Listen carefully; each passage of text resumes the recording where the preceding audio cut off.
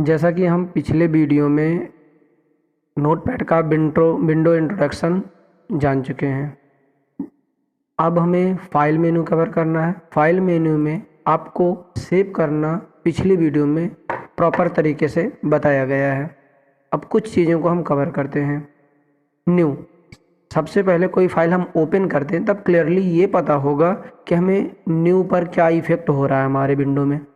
सबसे पहले हम ओपन कमांड पर क्लिक करेंगे और इसकी सामने शॉर्टकट की कंट्रोल ओ प्रेस करके आप फाइल को ओपन कर सकते हैं कीबोर्ड के माध्यम से।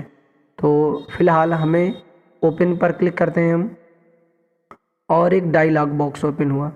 इस डायलॉग बॉक्स का टाइटल नेम ओपन होता है और रिसेंट फाइल में हमारे डॉक्यूमेंट बाय डिफ़ॉल्ट सेलेक्ट होता है और यहाँ हम देखते हैं कि हमारे पास एक्सेल डाटा, राम, कुछ हमने फाइलें सेव करके रखी हैं नोटपैड में। अगर आप प्रॉपर तरीके से किसी फाइल पर क्लिक करते हैं तो डायरेक्टली ये नाम आ जाता है और यदि आप यहाँ पर कोई नाम टाइप करते हैं लाइक एज, अगर हम शॉर्टकट की का यूज करके ओपन कर रहे हैं, माउस नहीं टच करना चाहते हैं, तो ऐसी सिचुएशन में जैसे हम कट करके देखते हैं, कंट्रोल ओ पुश करेंगे, डायलॉग बॉक्स ओपन हुआ और यहाँ नाम टाइप करेंगे जो भी फाइल हमें टाइप करनी होगी, जैसे राम। तो आपने देखा कि राम केवल लिखा है लेकिन साथ में इंस्ट्रक्शन नेम जुड़ कर आता है। और अब इसे हम पूरा टाइप करने के बाद एरो डाउन से ऐसे सेलेक्ट करके देन इंटर प्रेस करेंगे और माउस से हम ओपन कमांड पर क्लिक करेंगे यहाँ पर। तो चाहे आप यहाँ पर क्लिक करिए या फिर आप कीबोर्ड से इंटर प्रेस कर दीजिए। ये फाइल आपकी प्रॉपर तरीके से ओपन हो गई। और नेक्स्ट कमांड की बात करें तो इसमें न्यू कमांड है। न्यू का मतलब होता है नया पेज लेना। तो इस तरीके से जैसे हमने काम को समाप्त कर लिया और हमें दूसरे प्रोजेक्ट पर काम करना है तो न्यू कमांड पर क्लिक करके हम पेज को नया कर सकते हैं। और इसमें एक कमांड विंडो 10 में नया ऐड हुआ है, न्यू विंडो। तो हालांकि ये विंडो 8 और 7 में तो नहीं मिलेगा, बट विंडो 10 में न्यू विंडो, दोनों प्रॉपर तरीके से सेम तरीके से काम करते हैं। लाइक एज हम चेक कर सकते हैं, जैसे ओपन पर क्लिक करके कोई फाइल ओपन कर लेते हैं यहाँ से और जस्ट बाद हम क्या प्रेस करेंगे, न्यू विंडो। और जैसे हमने न्यू विंडो ओपन पर क्लिक किया तो हमारे पास एक नई विंडो आ गई, यानी पिछली वाली विंडो है और एक नया पेज ना होके एक नई विंडो ओपन हो जाती है। तो हमारे पास नीचे टास्क बार पर जाएंगे, एक विंडो और दो विंडो। तो इस तरीके से न्यू विंडो पर क्लिक करके हम नई विंडो लेते हैं और यहाँ से न्यू पेज। तो अगर आपको जैसे भी आवश्यकता हो अपने अनुसार आप सेलेक्ट कर सकते हो, न्यू विंडो या न्यू पेज। यहाँ से हम न्यू विंडो क्लोज करते हैं और यहाँ से न्यू पेज पर नया पेज ओपन कर सकते हैं। अगला कमांड, पिछले वीडियो में हमने सेव कमांड का प्रॉपर तरीके से यूज बताया है। अब नेक्स्ट में हम सीखेंगे सेव एज क्या होता है। सेव एज का यूज, जैसे आप मान लीजिए कोई फाइल सेव कर चुके हैं और इसको हमें किसी नए लोकेशन पर या फिर नए नाम से सेव करना हुआ तो हम क्या करते हैं, सेव बटन पर क्लिक करेंगे, सेव एज पर, और जैसे हम सेव एज पर क्लिक करेंगे एक डायलॉग बॉक्स ओपन हुआ। यहाँ पर इस फाइल का नाम हम चेंज कर सकते हैं, जैसे एक्सेल डेटा है तो यहाँ से एक्सेल डेटा की जगह हम एक्सेल VBA कोड कर सकते हैं और जस्ट बाद हम सेव कर देंगे तो यही सेम फाइल यहाँ एक्सेल डेटा की जगह एक्सेल VBA कोड के नाम से सेव हो गई। और अभी ये फाइल एक ही लोकेशन में है, अगर इसका हम लोकेशन चेंज करना चाहते हैं तब भी कर सकते हैं। सेव एज पर क्लिक करेंगे, ये फाइल डॉक्यूमेंट में है, यदि इसे मैं डेस्कटॉप में सेव करना हुआ तो यहाँ डेस्कटॉप पर क्लिक कर देंगे और यहाँ पर नाम सेम रहने दें या आप चेंज कर सकते हो और सेव बटन पर क्लिक कर देंगे। क्लिक करते ही ये फाइल हमारी सेव हो गई। अगर आप देखना चाहते हैं तो हम यहाँ से मिनिमाइज करते हैं और आप देखेंगे कि आपके स्क्रीन पर एक्सेल VBA कोड के नाम से फाइल सेव हो करके आ गई है।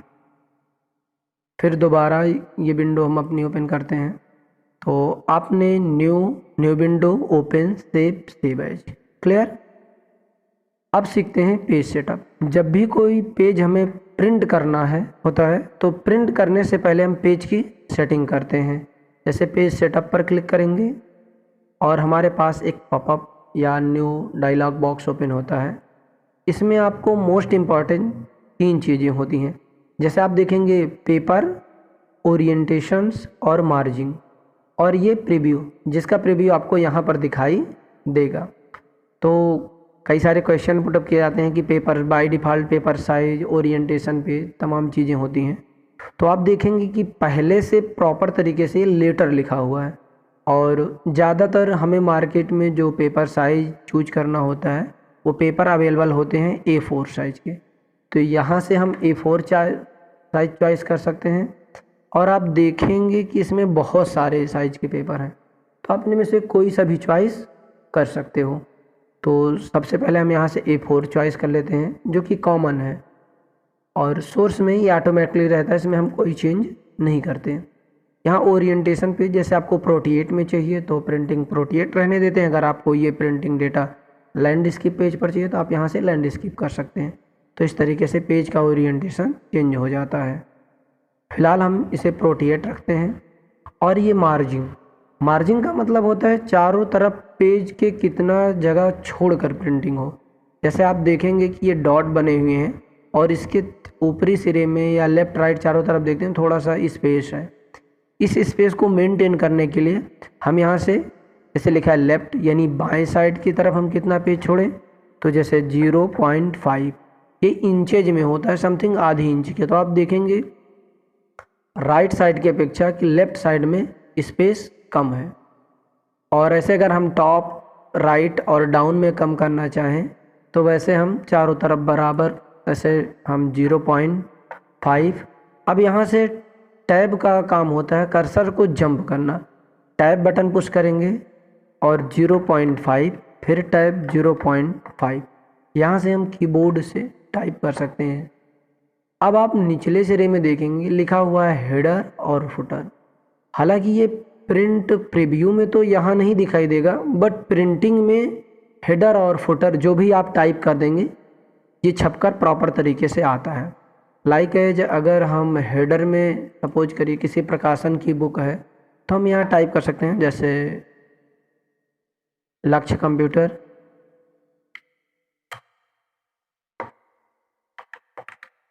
और यहाँ फुटर में हम पेज नंबरिंग के लिए टाइप कर सकते हैं, या फिर आप हेडर में किसी पुस्तक का, लेसन का नाम वगैरह जो भी आप टाइप करना चाहें कर सकते हैं अपने हिसाब से।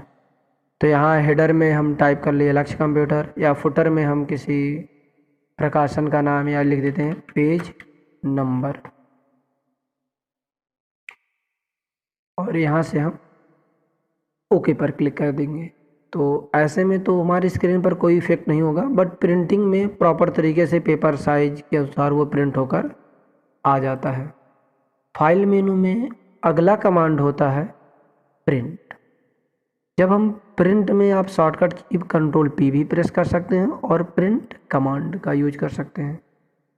जैसे आप प्रिंट कमांड यूज करेंगे तो इस पट्टी का नाम है टाइटल बार, ये प्रिंट कमांड के डायलॉग बॉक्स का। तो अगर इसे में मान लीजिए मूव करना हो लेफ्ट राइट, आपको किधर भी घुमाना हो, तो ये टाइटल बार पर पुश करके माउस के लेफ्ट बटन को आप ऐसे पुश करके दाएं बाएं आप इसे घुमा सकते हैं। अब जैसे आप देखेंगे यहाँ पर कई सारे नेम हैं, जैसे हमारे में HP सीरीज का प्रिंटर जुड़ा हुआ है तो आप यहाँ HP प्रिंटर या तमाम चीज़ें हैं। तो अगर आपको प्रिंट करना हो तो जो भी कंपनी का लगा होगा आपके यहाँ प्रिंटर, जैसे HP, कैनन, इप्सन, तो आपके यहाँ जो भी प्रिंटर उसको आप यहाँ से सेलेक्ट कर लीजिए।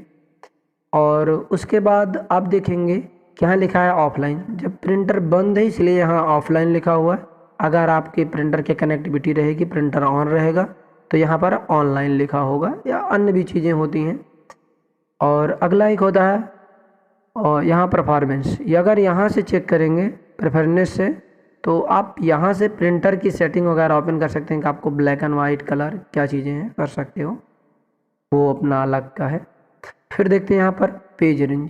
तभी नोटपैड में हम ऑल पेज प्रिंट कर सकते हैं। और नंबर ऑफ कॉपी को अगर प्रिंटर कनेक्टिविटी रहेगी तो इसे हम 9 से अधिक भी बढ़ा सकते हैं, नहीं तो अभी यहाँ हम अधिकतम 9 ले सकते हैं। अगर यहाँ HP पर रहा तो ये बढ़ सकता है 9, 10, 11, 12, 13। और अगर आपको मान लीजिए जिसमें प्रिंटर नहीं कनेक्ट रहेगा तो ये 9 से अधिक नहीं जाएगा, तो अधिकतम इसे मोर देन 9 चूज कर लेते हैं और यहाँ से प्रिंट कमांड पर। हाँ, बहुत से लोगों को तक पहले अप्लाई फिर प्रिंट, ये कोई ज़रूरी नहीं कि आप पहले अप्लाई करो तभी प्रिंट करो, आप डायरेक्टली प्रिंट कर सकते हो। तो यहाँ से हम प्रिंट कमांड पर क्लिक करेंगे और हमारा डेटा तुरंत प्रिंट आउट करना शुरू कर देगा। तो सेम पेज की यहाँ से नंबर ऑफ कॉपी से 9 कॉपीज निकालेगा, ठीक। और अब इसे हम यहाँ से कैंसिल कर देते हैं क्योंकि हमें प्रिंट नहीं करना। तो इधर जाएंगे, लास्ट में नेक्स्ट ऑप्शन होता है एग्जिट। एग्जिट से हम अपने प्रोग्राम से बाहर आ जाते हैं। जैसे यहाँ आप पुश करेंगे प्रोग्राम से बाहर मेन स्क्रीन।